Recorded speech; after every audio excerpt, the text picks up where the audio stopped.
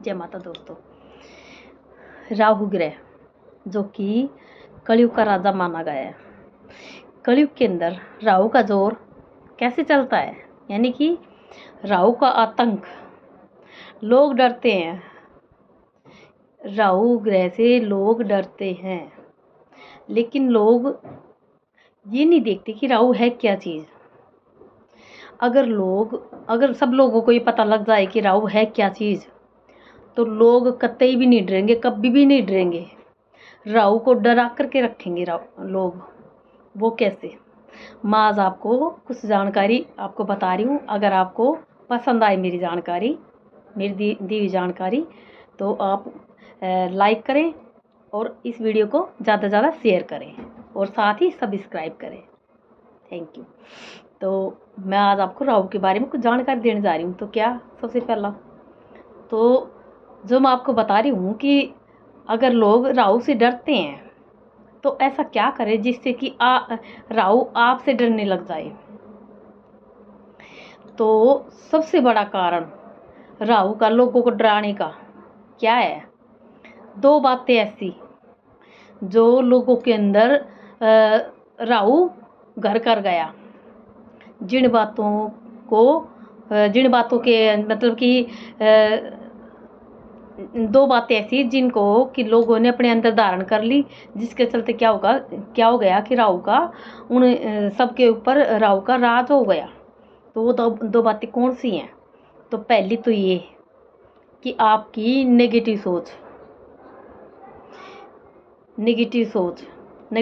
जैसे कि किसी के पास पैसे नहीं है, किसी के पास संतान नहीं है, किसी के पास संतान है यानी कि लड़की है तो लड़का नहीं है, लड़का है तो लड़की नहीं है, किसी के पास मकान नहीं है, किसी के पास ज़मीन जायदाद नहीं है, किसी के पास गाड़ी नहीं है।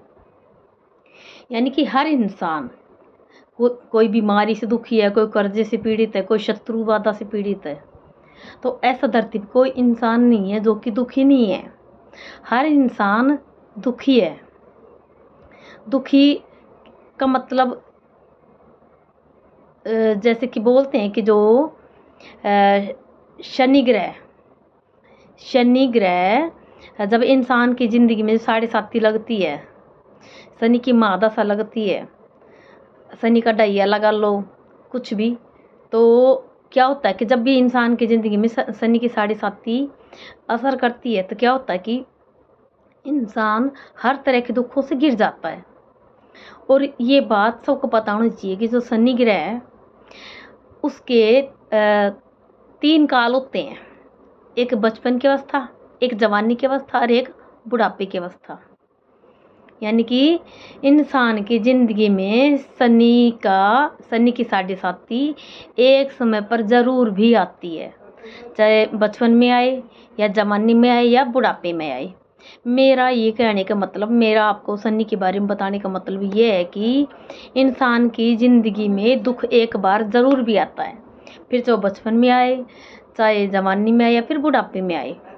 ऐसा तो कोई लाखों करोड़ में एक कोई ऐसा इंसान होता है जो कि जन्म से लेकर मृत्यु तक उसे कोई दुख नहीं होता। वो हमेशा सुखी पैदा होता है और सुखी मरता है। ऐसा कोई इंसान मिलेगा आपको नहीं। तो ज़्यादातर 100 में से 90% या 95% भी आपको दुखी मिलेंगे। कोई ना कोई उनको दुखी करता रहता है दुख। तो जो राहु है वो कैसे हावी होता है? मैंने अभी आपको बताया था कि जो इंसान की जो नेगेटिव सोच जैसे कि इंसान को किसी भी इंसान को कोई दुख है, तो वो इंसान क्या करता है कि 24 घंटे अपने दुख के बारे में सोचता है कि मेरे को ये दुख है, मेरे को ये दुख है। और दूसरा, इंसान अपने भाग्य को, अपनी किस्मत को दोष देने लग जाता है कि मेरे भाग्य में ऐसा क्यों लिखा है, मेरे भाग्य में ये लिखा है, मेरा कुछ नहीं हो सकता। यानी कि नेगेटिव सोचना शुरू कर देते हैं इंसान। तो वो क्या होता है कि जो प्रकृति का ये नियम है कि जैसा हम सोचने लगते हैं वैसा हमारा मन हो जाता है। और मन होता है जैसे कि मन होता है चंचल। 1 मिनट में चलायमान हो जाता है और 1 मिनट में स्थिर हो जाता है। तो जब हमारी सोच मन पे हावी हो जाती है तो वैसे हमारे कर्म बन जाते हैं, वैसे हमारी कर्म बन जाते हैं। तो जिसके चलते क्या होता है कि एक राहु ग्रह यानी कि जो निगेटिव सोच हमारी वो हम पर हावी हो जाती है, जिसके चलते क्या होता है कि हम अपने जीवन में ऐसे कर्म करने लग जाते हैं। जैसे कि जो राहु ग्रह होता है, तो राहु ग्रह का क्या होता है कि वो जो इंसान अगर 24 घंटे अगर दिमाग में नेगेटिव सोच रखे तो क्या होता है, कहते हैं ना कि दिन में एक बार जरूर भी सरस्वती इंसान की जुबान पर बैठती है। तो सरस्वती किसकी अधिष्ठाता यानी कि देवी है, ये राहु की, राहु ग्रह को रिप्रेजेंट करती है सरस्वती माता। तो क्या होता है कि जैसा इंसान सोचता है यानी कि आप 24 घंटे निगेटिव सोच रखोगे, सोचते रहोगे, तो क्या होगा कि जो आपकी जब भी सरस्वती आपकी जुबान पर विराजेगी तो जो आपकी नेगेटिव सोच है वो ही आपकी ज़िंदगी बन जाएगी, वो आपका भाग्य बन जाएगा। पहली बात तो ये।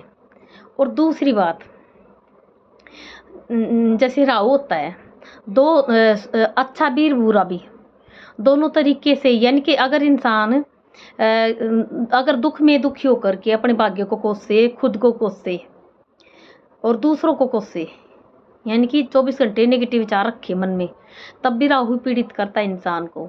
लेकिन अगर इंसान खुद के बारे में ना सोचे, खुद के दुख से दुखी नहीं हो, अगर कोई दूसरा इंसान सुखी है, यानी कि किसी के पास आपसे ज़्यादा पैसे हैं, आपके पास औलाद नहीं है उसके पास औलाद है, आपके पास ज़मीन जायदाद नहीं उसके पास ज़मीन जायदाद है, आपके कर्जा है उसके कर्जा नहीं है, आपके बीमारी है वो शरीर से निरोगी है, आपके दुश्मन है उसके दुश्मन नहीं है, यानी कि कोई भी ऐसा कारण जो कि आपको पीड़ित कर रहा है, उससे जलन की भावना,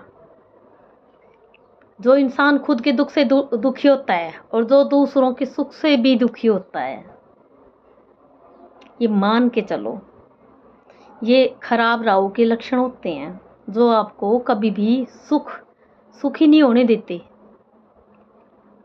इसलिए अगर आपको राहु को ठीक करना है, राहु को मतलब कि अपनी आप को ठीक करना है, अपनी ज़िंदगी संवारनी है, क्योंकि जब इंसान क्या होता है कि जब खुद ही इंसान सही नहीं होता तो अपने परिवार को क्या ठीक रखेगा, परिवार को पालन पोषण कैसे करेगा इंसान।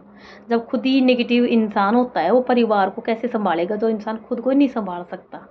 तो इसके लिए इसका एक सटीक और रामबाण और अचूक उपाय क्या, कि हमेशा अपनी सोच को पॉजिटिव बनाए रखें, चाहे आपके पास पैसे हो नहीं हो, यानी कि कोई भी कितना ही बड़ा दुख क्यों नहीं हो, हमेशा पॉजिटिव बने रहें। यानी कि जो जितना आपको भगवान ने दिया है, अगर औलाद नहीं है तभी भगवान को धन्यवाद दें, औलाद खराब है तभी भगवान को धन्यवाद दें, पैसे नहीं है तो भगवान को धन्यवाद दें, कुछ बीमारी है तभी भगवान को धन्यवाद दें, कर्जा है तो भगवान को धन्यवाद दें, कोई दुश्मन भी है तब भी आप भगवान को धन्यवाद दें।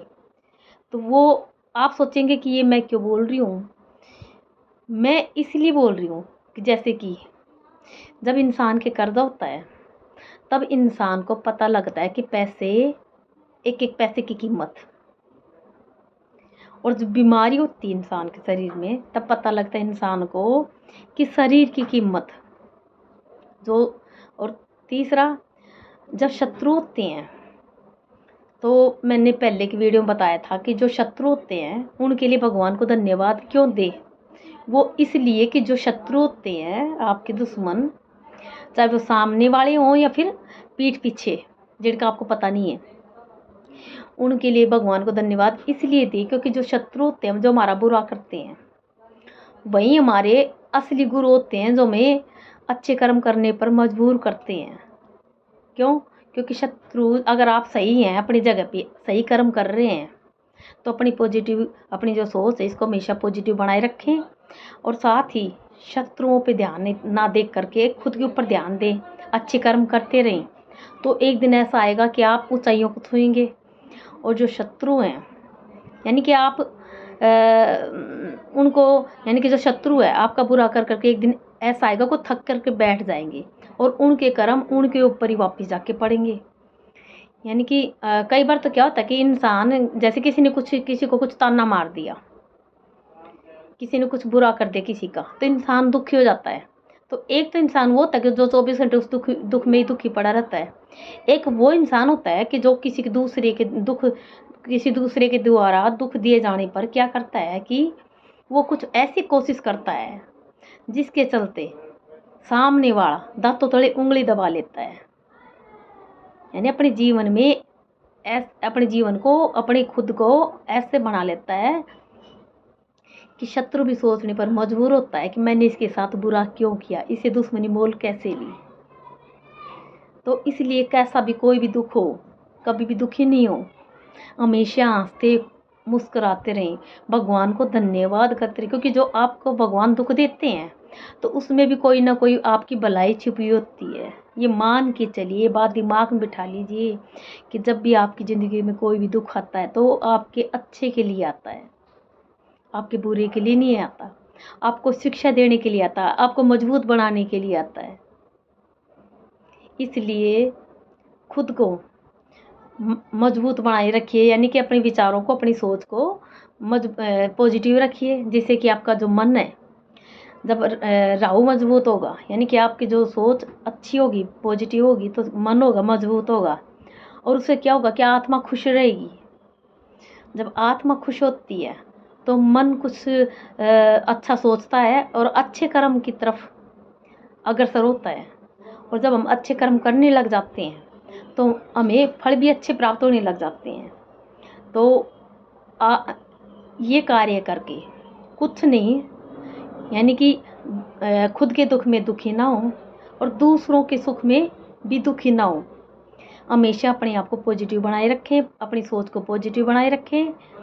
तो ऐसा करके आप अपने जीवन में खुद भी ऊंचा उठ सकते हैं और अपने परिवार को भी ऊंचा उठा सकते हैं। यानी कि परिवार के लिए भी आप कुछ ऐसा कर सकते हैं कि जिससे कि आप अपने परिवार में तो बढ़ते बढ़ते पूरी दुनिया में भी सबके लिए एक मिसाल रूप में बन जाते हैं। जय माता दी।